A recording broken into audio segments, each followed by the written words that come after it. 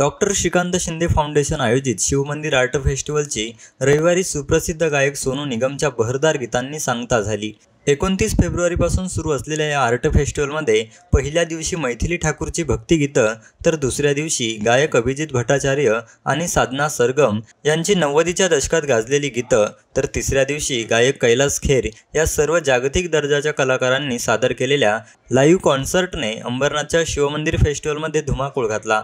रविवारी मुख्यमंत्री एकनाथ शिंदे यांनी प्रत्यक्ष उपस्थित राहून गायक सोनू निगमच्या बहरदार गीतांचा आनंद घेतला। यावेळी शिवमंदिर आर्ट फेस्टिवलचं संपूर्ण मैदान हाऊसफुल झालं होतं। सोनू निगमने सादर केलेल्या एकापेक्षा एक बहरदार गीतांनी प्रेक्षकांना संगीताच्या तालावर ठेका धरण्याचा मोह आवरता आला नाही।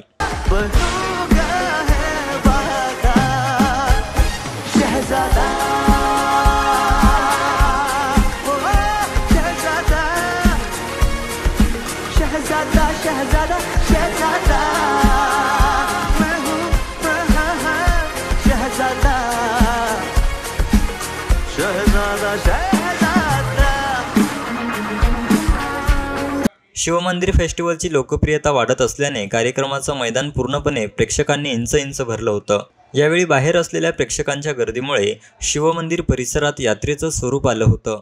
मोठ्या संख्येने प्रेक्षकांनी गर्दी केल्याने अनेकांना आत प्रवेश मिळाला नाही, त्यामुळे अनेकांची निराशा देखील झाली।